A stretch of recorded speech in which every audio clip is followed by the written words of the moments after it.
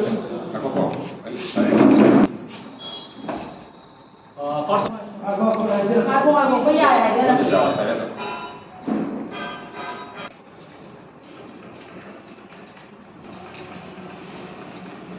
Manipurda third way dagi ngasi hawbada yamna nungaitaba ꯑꯩꯈꯣꯏꯒꯤ ꯃꯤꯇꯩꯁꯤꯡꯗ ꯃꯔꯨ ꯑꯣꯏꯅ ꯃꯤꯇꯣꯞ ꯃꯤꯌꯥꯟꯆꯥꯁꯤꯡꯅ ꯂꯟꯗꯥꯔꯛꯇꯨꯅ ꯑꯋꯥꯕ ꯇꯥꯍꯜꯂꯤꯕ ꯑꯁꯤꯒ ꯃꯔꯤ ꯂꯩꯅꯅ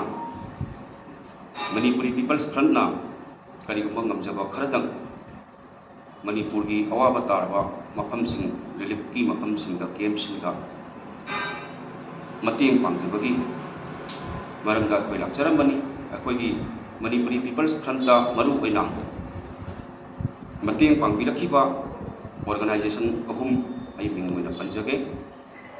ꯑꯍꯥꯟꯕꯗ ꯁ꯭ꯔꯤ ꯁ꯭ꯔꯤ ꯒꯣꯕꯤꯟꯗ ꯃꯟꯗꯤꯔ ꯕꯥꯇꯥꯒꯨꯂꯤ ꯄꯟꯖꯥꯕꯥꯔꯤ ꯍꯥꯏꯔꯤꯕ ꯃꯐꯝꯗꯨꯒꯤ ꯃꯤꯇꯩꯁꯤꯡꯅ ꯃꯇꯦꯡ ꯄꯥꯡꯕꯤꯔꯛꯏ ꯂꯣꯏꯅꯅ ꯄꯥꯇꯔꯄꯨꯆꯤ ꯃꯅꯤꯄꯨꯔꯤ ꯂꯩꯀꯥꯏ ꯂꯨꯞ ꯍꯥꯏꯔꯤꯕ ꯃꯩꯇꯩꯒꯤ ꯈꯨꯟ ꯑꯗꯨꯗꯒꯤꯁꯨ ꯑꯩꯈꯣꯏ ꯃꯅꯤꯄꯨꯔꯤ ꯄꯤꯄꯜꯁ ꯐ꯭ꯔꯟꯠꯇ ꯔꯤꯂꯤꯐ ꯀꯦꯝꯞꯇ ꯃꯇꯦꯡ ꯇꯧꯕꯤꯅꯅꯕꯒꯤꯗꯃꯛꯇ ꯃꯇꯦꯡ ꯄꯥꯡꯕꯤꯔꯛꯏ ꯂꯣꯏꯅꯅ ꯒꯨꯋꯥꯍꯥꯇꯤ ꯃꯤꯇꯩ ꯏꯃꯥ ꯂꯨꯞ ꯍꯥꯏꯔꯤꯕ ꯏꯃꯥꯒꯤ ꯂꯨꯞꯁꯤꯗꯒꯤꯁꯨ ꯑꯆꯧꯕ ꯃꯇꯦꯡ ꯄꯥꯡꯕꯤꯔꯛꯇꯅ ꯃꯅꯤꯄꯨꯔꯤ ꯄꯤꯄꯜꯁ ꯐ꯭ꯔꯟꯠꯅ ꯉꯁꯤ ꯔꯤꯂꯤꯐ ꯀꯦꯝꯞꯁꯤꯡꯗ ꯆꯠꯆꯗꯅ ꯃꯐꯝ ꯈꯨꯗꯤꯡꯃꯛꯇ ꯑꯩꯈꯣꯏꯒꯤ ꯉꯝꯖꯕ ꯃꯇꯦꯡ ꯄꯥꯡꯖꯔꯝꯃꯤ ꯑꯗꯨꯒ ꯂꯣꯏꯅꯅ ꯆꯦꯟꯖ ꯐꯣꯔ ꯕꯦꯇꯔ ꯐꯥꯎꯟꯗꯦꯁꯟ ꯍꯥꯏꯔꯤꯕ ꯑꯩꯈꯣꯏꯒꯤ ꯒꯨꯋꯥꯍꯥꯇꯤꯗ ꯂꯩꯕ ꯑꯗꯨꯒꯨꯝꯕ NGO ꯗꯨꯅꯁꯨ ꯐꯤꯔꯣꯜꯒꯤ ꯃꯈꯜ ꯃꯈꯜꯒꯤ ꯐꯤꯔꯣꯜ ꯔꯤꯂꯤꯐ ꯀꯦꯝꯞꯇ ꯂꯩꯔꯤꯕ ꯑꯋꯥ ꯑꯅꯥ ꯇꯥꯔꯕ ꯃꯤꯑꯣꯏꯁꯤꯡꯗ ꯏꯆꯟ ꯏꯆꯦꯁꯤꯡꯗꯁꯨ ꯍꯥꯏꯔꯤꯕ NGO ꯁꯤꯅꯁꯨ ꯌꯥꯝꯅ ꯆꯥꯎꯅ ꯃꯇꯦꯡ ꯄꯥꯡꯕꯤꯔꯛꯏꯕ ꯂꯨꯞ ꯈꯨꯗꯤꯡꯃꯛꯄꯨ ꯏꯀꯥꯏ ꯈꯨꯝꯅꯖꯔꯒ ꯑꯩꯈꯣꯏꯒꯤ ꯑꯣꯔꯒꯅꯥꯏꯖꯦꯁꯟꯒꯤ ꯃꯥꯏꯀꯩꯗꯒꯤ ꯊꯝꯖꯅꯤꯡꯕꯗꯤ ꯃꯤꯌꯥꯝꯗ ꯊꯝꯖꯅꯤꯡꯕꯗꯤ ꯑꯩꯈꯣꯏꯒꯤ ꯂꯥꯟ ꯑꯁꯤ ꯂꯣꯏꯗ꯭ꯔꯤꯕ ꯐꯥꯎꯕ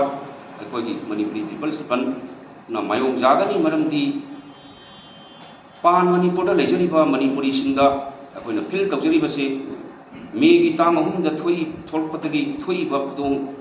ꯊꯤꯕ ꯌꯦꯡꯕꯗ ꯌꯥꯝꯅ ꯇꯨ ꯆꯨꯡꯕ ꯑꯩꯈꯣꯏꯒꯤ ꯑꯁꯥꯝꯗ ꯂꯩꯔꯤꯕ ꯃꯄꯥꯟꯗ ꯂꯩꯔꯤꯕ ꯃꯅꯤꯄꯨꯔꯤꯁꯤꯡꯁꯤ ꯇꯨꯝꯕ ꯆꯥꯕ ꯈꯪꯗꯅ ꯑꯩꯈꯣꯏꯅ ꯌꯨꯇ꯭ꯌꯨꯕꯇ ꯃꯄꯥꯟꯗꯗꯤ ꯅꯦꯠꯁꯦ ꯑꯗꯨꯝ ꯂꯩꯕꯅꯤ나 ꯑꯩꯈꯣꯏ ꯇꯨꯝꯅꯗꯦ ꯌꯥꯝꯅ ꯊꯃꯣꯏ ꯀꯥꯏꯕ ꯁꯤꯅꯦꯔꯤꯌꯣ ꯃꯌꯥꯝꯗꯣ ꯑꯩꯈꯣꯏ ꯃꯊꯪ ꯐꯣꯟ ꯇꯧꯅꯔꯒ ꯑꯩꯈꯣꯏ ꯀꯩꯗꯧꯁꯤꯒꯦ ꯍꯥꯏꯗꯅ ꯌꯥꯝꯅ ꯍꯦꯟꯅ ꯊꯃꯣꯏ ꯀꯥꯏꯕꯗꯨꯗꯤ ꯃꯅꯤꯄꯨꯔꯗ ꯂꯩꯔꯤꯕ ꯑꯩꯈꯣꯏꯒꯤ ꯀꯪꯂꯩꯆꯥꯁꯤꯡꯗ ꯐꯤꯜ ꯇꯧꯔꯤꯕꯗꯨꯃꯛ ꯃꯄꯥꯟꯗ ꯂꯩꯔꯤꯕ ꯑꯩꯈꯣꯏꯁꯨ ꯐꯤꯜ ꯇꯧꯏ ꯑꯗꯨꯃꯛꯅꯁꯨ ꯃꯔꯝ ꯑꯣꯏꯔꯒ ꯑꯩꯈꯣꯏꯅ ꯃꯅꯤꯄꯨꯔꯒꯤ ꯂꯥꯟꯊꯦꯡꯅꯔꯤꯕ ꯑꯩꯈꯣꯏꯒꯤ ꯏꯆꯤꯟ ꯏꯅꯥꯎꯁꯤꯡ ꯈꯨꯗꯤꯡꯃꯛꯇ ꯑꯩꯈꯣꯏꯅ ꯁꯣꯛꯅꯔꯤꯕ ꯂꯥꯟꯁꯤ ꯃꯥꯏ ꯄꯥꯛꯇꯕ ꯌꯥꯗꯦ ꯍꯥꯏꯕ ꯃꯦꯁꯦꯖꯁꯤꯃ ꯊꯝꯖꯔꯒ ꯑꯍꯥꯟꯕꯒꯤ ꯑꯣꯏꯅ ꯃꯁꯤꯗ ꯑꯩ ꯇꯦꯟꯁꯤꯟꯖꯒꯦ both state government and the central government examda thainini athu matamda law and order situation se manipur da halaga especially